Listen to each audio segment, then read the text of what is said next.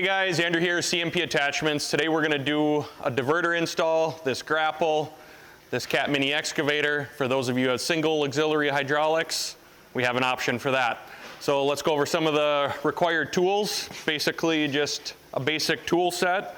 A few unique things would be a test light, some way to heat shrink the terminals, and then your wire cutter. We'll need some drills, socket set, some wrenches. Pretty basic. And then what comes in the kit is this will be your wire harness that goes from the Grapple up into the cab of the machine. We also provide some zip ties. This is the push button switch that'll go inside your joystick. And then we got a inline fuse holder with a 15 amp fuse, some ring terminals, and some butt connectors. So let's get to work. All right, so I always like to start on the Grapple side and work my way towards the cab. If you look on this side, you'll see when you get the Grapple, it'll come with the 2-pin Deutsch connector, and we put that right at the quick coupler. So that way, when you unhook your hydraulics, you also see this electrical connector here. So you kind of get your head straight to unhook that. So we are gonna just start running this from our quick couplers up into the cab. And I usually just find one of the main hoses. We'll come back and we'll zip tie all this, but we'll just kind of get it roughed out first.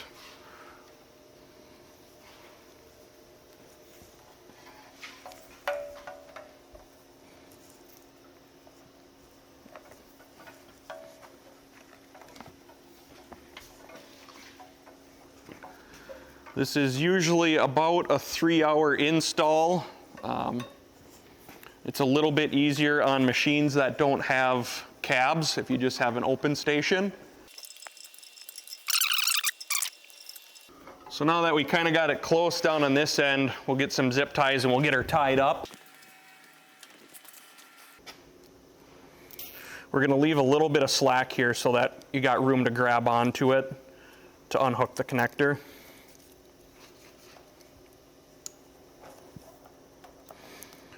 Usually try and do a zip tie about every 10-12 inches.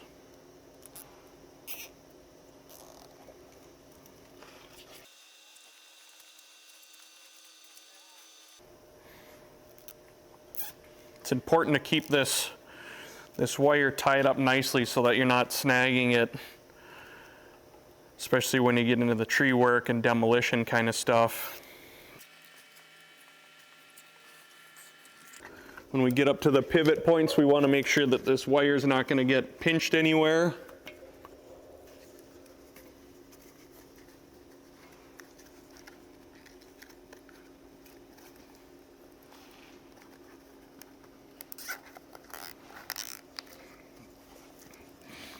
All right, now the fun part is we're going to go ahead and get it ran through this knuckle. Sometimes this can be a bit tricky. I know that we have extra wire, so I'm going to do myself a favor, and I'm going to cut some of this excess off.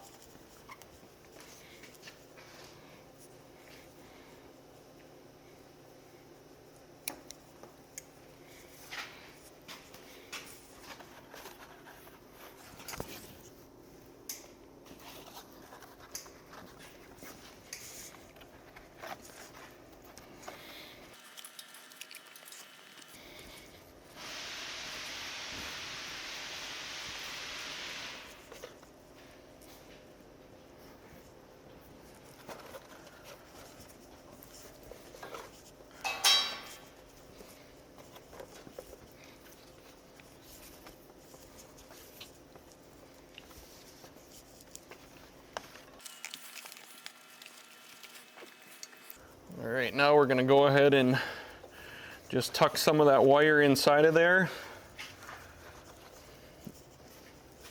And then we'll get that when we get into the cab, but for the meantime we want to finish getting all this buttoned up so that we can just pull it tight.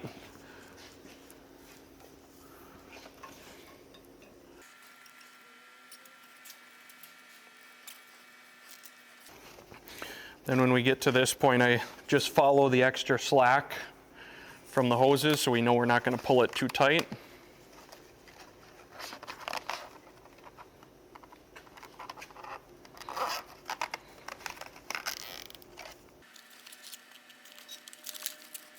All right, now let's jump inside of the cab.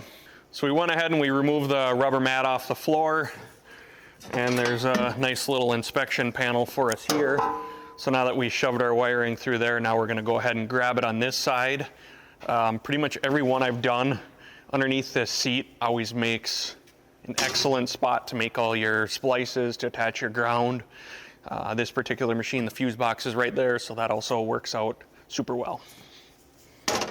And then also one other thing, when you have your inline fuse under here, it's a nice easy spot for the operator to find it if it becomes a problem. So now we're gonna try and dig our wire out of here that we shoved up underneath the cab. All right, and then we will pull the excess. And then we are gonna get our wiring ran up into this compartment.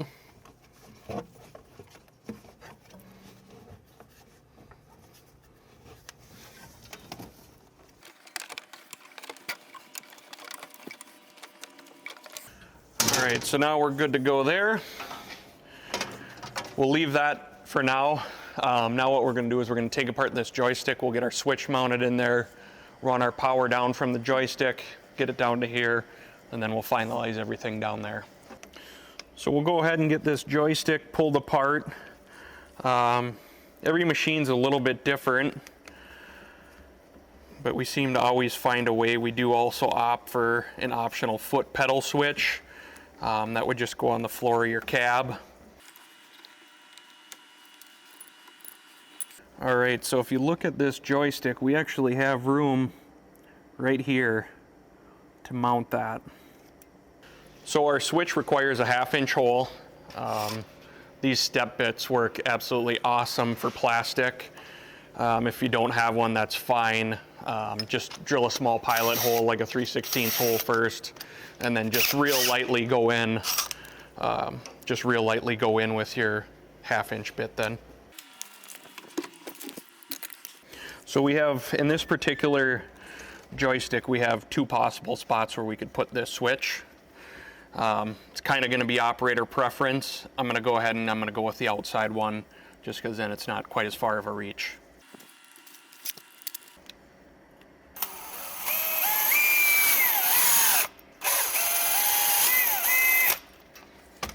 So there we got our hole.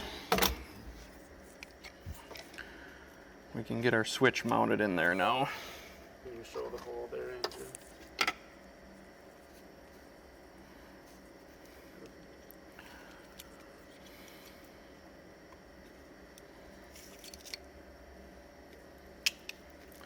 So then that's what our switch will look like inside of there. So then we'll go ahead and slide our nut over our wires.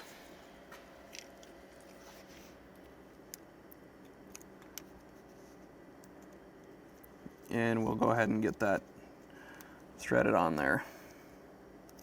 So now we got our wires. Every joystick I've seen usually has an extra spot for the wires. So we'll go ahead and run ours down through there. I peeled this boot up so we can get access to the other side to grab our wires. And then we can go ahead and put the joystick back together. When we get our joystick back together, we want to make sure we're not pinching any of the wires in here. And we got everything tucked in there nicely.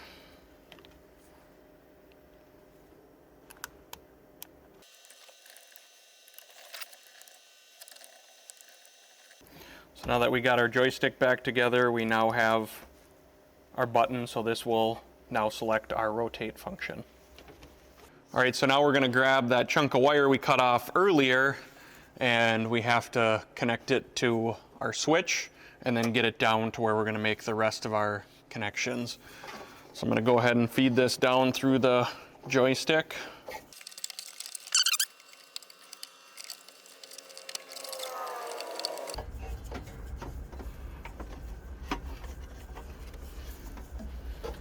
I'm going to make sure I pull enough wire down here to make sure we have enough room to make our connections. So now we know we got plenty. So I like to make this connection right up underneath the rubber cover. That way then if you ever have problems, it's easy to get at and it's not buried inside of the armrest. All right, so we grabbed 2 of the heat shrink butt connectors that are supplied in the kit. We'll use that to put our wires together here. So we want to strip back about 3/8 to 1/2 inch. So we want to strip our wires back so we got about 3/8 to 1/2 inch of wire showing. I like to twist them up so they don't fray while you're trying to put them on the butt connectors. We'll go ahead and slide that into the butt connector and we'll crimp it. I like to usually hit them twice and you know you got a good crimp. Slide them all the way in and crimp. Now we'll get our wire set up here.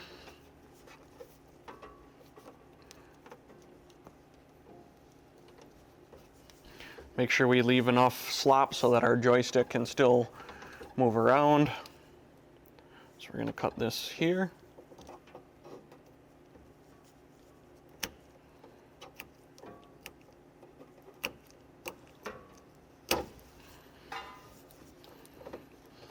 And then we'll peel back the rubber jacket, go about 1.5 inches back.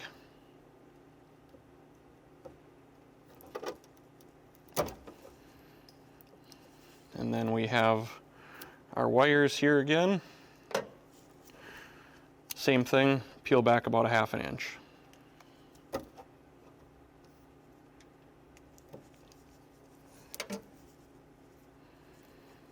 Twist them together. So we're going to go ahead and put these wires together. It does not matter which one goes to where. Basically what we have here is I like to use black as my power. So we're going to end up hooking power to this, which will hook to our switch.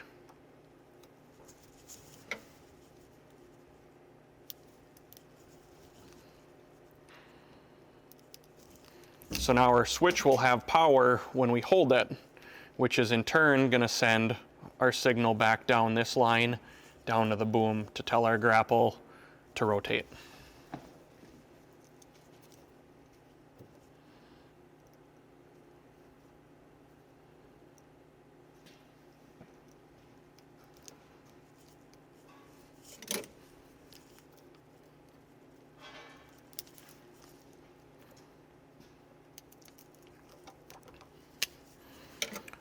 Now I like to cut off the extra rope that's in there, get that out of our way, and then we'll heat shrink it up.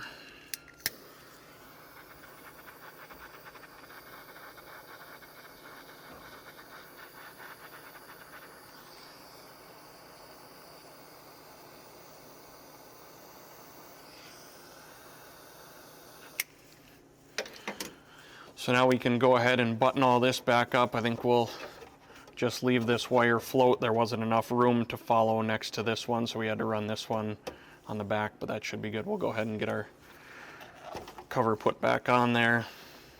So for this particular install, I decided to use an add-a fuse. This works really good because you can pull out an existing fuse. This 15 amp fuse that's in here will go to our diverter, and then the fuse you pulled out will go in this side. We don't supply this with the kit because there's 3 different styles of fuses that are used in the machine, so we don't know which one you would need, but they're available at any auto parts store. Otherwise, you can use the supplied inline fuse. What I like to usually do is steal power from your cigarette lighter, just because it's a non-essential circuit for the machine. And one of the biggest things is we want to make sure that we're using key-on power. We do not want constant power, we want key-on power. Those of you who are putting these selector valves in the larger machines, we definitely got to make sure if we're getting into a 24 volt that the grapple was ordered with a 24 volt coil, not a 12 volt. All right guys, Andrew here, CMP Attachments. We got a little update on the field wire harness for the diverter. We're no longer able to get the switch we used to use. So we had to improvise with a lower capacity one, so now they will be ran with a relay. So I just wanted to give you guys a little bit of update on how to install this kit. So you're gonna get these 3 pieces of your wire harness, and this is the one that actually holds the relay. So we're gonna go ahead and choose whether we need the 12 volt relay or the 24 volt relay. We'll grab the 12 and we can plug it in.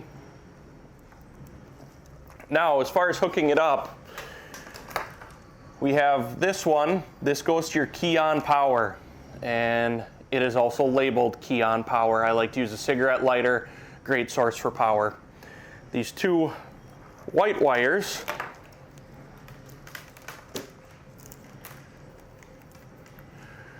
one has a 2-pin Deutsch connector on it. That's going to go to the long harness that's going down the boom of your machine. So that's going to plug in right there. This connection will most likely be made inside of the cab. And then there's also a ground cable coming out of there. So this is going to be your power that feeds it. This is going to be your ground. And then also there is a secondary ground, another white wire with an eyelet on it as well. That's going to be the ground that runs the relay. These 2 can be hooked together on the same bolt, self-tapping screw, whatever you use. Just make sure you got a good clean ground. The 2 red wires coming off the relay, and mind you, these can be cut to length just like all of this, are going to be the 2 that go to your switch. There's no rhyme or reason behind how they need to get hooked up. There's no right or wrong.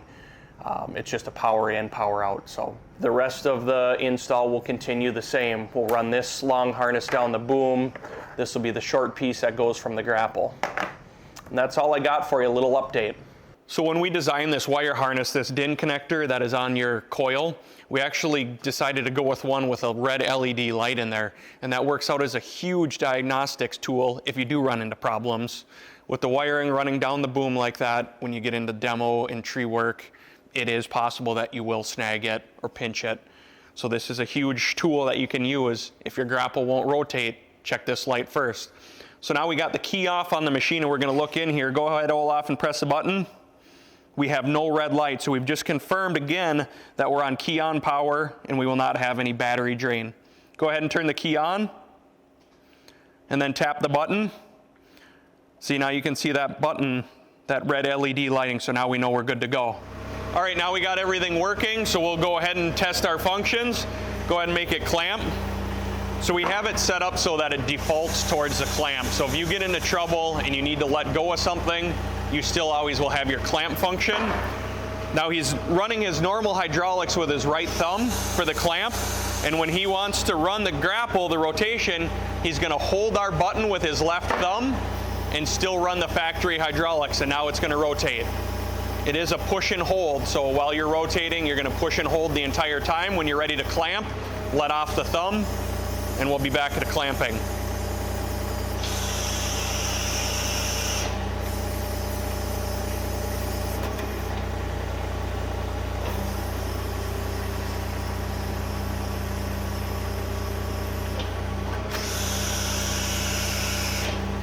All right, so that's a wrap for our install. We've done our functions test. Everything works as it should. This particular install, we did a smaller machine. It is the same basic function for any size machine. The moral of the story is our wire running down the boom, we want a momentary power and a constant ground. All right, thanks for watching, guys. Have a good day.